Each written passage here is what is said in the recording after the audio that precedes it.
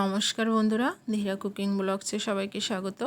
আজও আরেকটা নতুন রেসিপি নিয়ে চলে এসেছি। এখন তো ভেটকি মাছ পাওয়া যাচ্ছে বাজারে অ্যাভেলেবেল।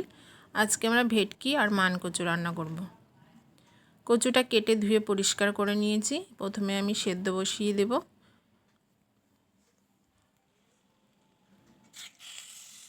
দিয়ে দিলাম পরিমাণ মতো জল, আর কচু একসঙ্গেই আমি গ্যাসের পরে বসিয়ে দিলাম।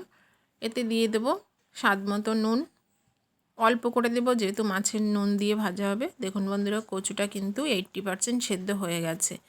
আমি এবার কচুটাকে নামিয়ে রেখে মাছটা কেটে ধুয়ে নিয়েছি। এদিকে মাছটাকে ভাজা করব। মাছে কিন্তু তেল হয়েছে, এখন শীতের সময় সব মাছেই তেল হয়। মাছটা ভালো করে কেটে ধুয়ে পরিষ্কার করে নিয়েছি। এবার দিয়ে দেব পরিমাণ মতো নুন, আর দেব পরিমাণ মতো হলুদ গুঁড়ো।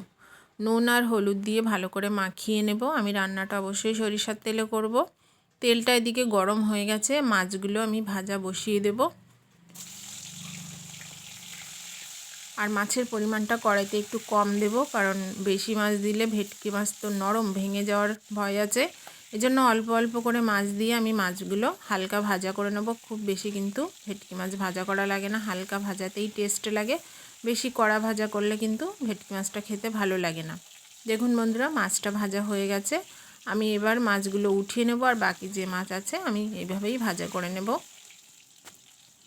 খুব বেশি কিন্তু ভাজা করিনি, আপনারা দেখেই বুঝতে পাচ্ছেন। বাকি মাছগুলো দিয়ে দিয়েছি, এগুলোও ভাজা হয়ে গেছে। মাছ ভাজাটা আমি এবার উঠিয়ে নেব। আর মাছ ভাজার যে তেলটা রয়েছে ওই তেলেই আমি রান্না করব। আমি এক্সট্রা কোনো তেল কিন্তু এখানে দেব না। সেদ্ধ করা কচুতে দিয়ে দিলাম হলুদ গুঁড়ো।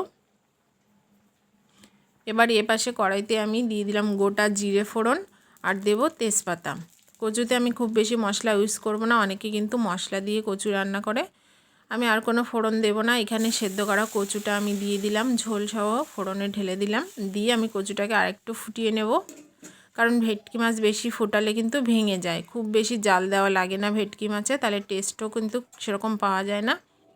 দেখুন বন্ধুরা, কচুটা কিন্তু অনেকটাই জাল হয়ে গেছে। এবার আমি ভেজে রাখা মাছ আর কাঁচা লঙ্কাটা দিয়ে দেব।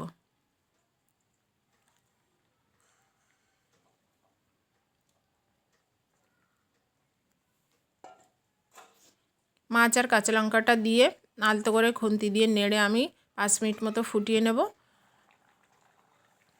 5 মিনিট পরে দেখুন তরকারি কিন্তু প্রায় রেডি হয়ে গেছে। এবার আমি নামানোর আগে একটু গরম মশলার গুঁড়ো দেবো, আর একটু ঝোল ঝোলই আমি নামাবো, কারণ নামানোর পরে কিন্তু কচুর ঝোলটা অনেকটাই টেনে যাবে। দেখুন বন্ধুরা, আমরা গরম মশলার গুঁড়ো দিয়ে দিয়েছি। এবার আমি নামিয়ে নেব। তাহলে একদম রেডি হয়ে গেছে কিন্তু কম তেল মশলায় ভেটকি মাছ আর মান কচু বা কচু যেটাই বলেন। এবার আমি তরকারিটা নামিয়ে নেব।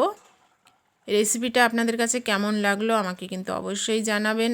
আর আমার ভিডিওগুলো বেশি বেশি করে দেখবেন, লাইক করবেন, শেয়ার করবেন, কমেন্টস করবেন, আর সাবস্ক্রাইব করতে কিন্তু ভুলবেন না। আজকে এই পর্যন্ত, আপনারা অবশ্যই ভালো থাকবেন।